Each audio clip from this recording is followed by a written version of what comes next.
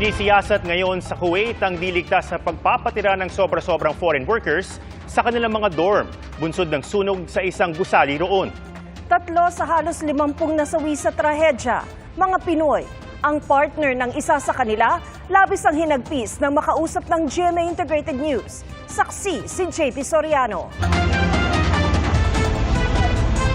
Sa mga balkonahe at bintana, nakatunghay ang ilang tao na nagpapasaklolo sa nasusunog na dormitoryong ito sa Mangaf, isang coastal city sa Kuwait. Alas 4:30 ng madaling araw oras sa Kuwait, nagising sa pagsiklab ng sunog ang halos 200 lalaking nakatira sa dorm. Lahat, mga foreign worker. Sa ulat ng Reuters, sinabi ng isang nakaligtas na Egyptian driver na nagsimula ang apoy sa ibaba ng gusali. At dahil sa kapal ng usok, hindi raw agad nakababa ang mga nasa itaas. Nasa 49 ang nasawi, maraming sugatan at naospital. Indian nationals ang karamihan sa mga biktima. 40 sa kanila ang namatay at 50 ang sugatan. Sa nakalap na ulat ng Department of Migrant Workers, may 11 Pilipino sa gusali.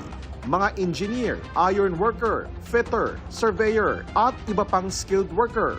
The victims suffered from severe smoke inhalation. So they don't have burns in their bodies. We have 2 in ICU, 6 who are safe. All accounted for na raw ang 6 na nakaligtas na Pinoy, habang ang 2 Pinoy na nasa ICU tinututukan ng DMW at ng ating embahada. Nasa ICU pa rin, still critical condition, so patuloy natin silang pagdasal. At ganun din, smoke inhalation ng kanilang dinanas. Ang masaklap, The unfortunate news is that the three were identified as fatality. isa sa nasawi ang OFW na si Edwin Petilla ayon sa partner niyang si Ronalyn.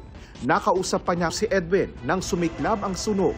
Habang naka-video call si Edwin, nasaksihan pa ni Ronalyn kung paano mabilis na kumalat ang sunog, pati kung paanong sinubukan ni Edwin na maghanap ng fire exit. Nagsabi pa raw si Edwin na hindi na siya makahinga hanggang sa naputol na ang kanilang komunikasyon. Umasa pa raw siyang buhay si Edwin, pero nitong hapon nalaman ni Ronalyn na kasama si Edwin sa mga namatay. Halos madurog daw ang puso ni Ronalyn lalo't ipinagbubuntis niya ang first baby nila ni Edwin. Nilalakasan ko yung loob ko kahit nasa sitwasyon ng una.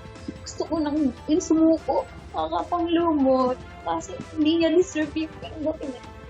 Iniutos na ni Pangulong Bongbong Marcos na gawin ng lahat para matulungan ang mga naulila at maiuwi agad ang 11 na mga nasawing Pilipino na nasa hospital morgue. Inaasikaso na yan ng DMW.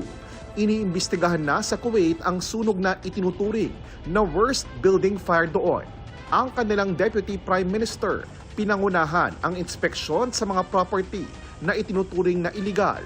Sinisilip ang mga landlord na sobra-sobra ang pinatitirang mga residente kahit di ligtas at di makatao ang kondisyon sa mga dorm. Nakatutok din ang ating gobyerno sa investigasyon. We have given instructions to our lawyers to cooperate and coordinate with the Kuwaiti authorities. Para sa GMA Integrated News, JP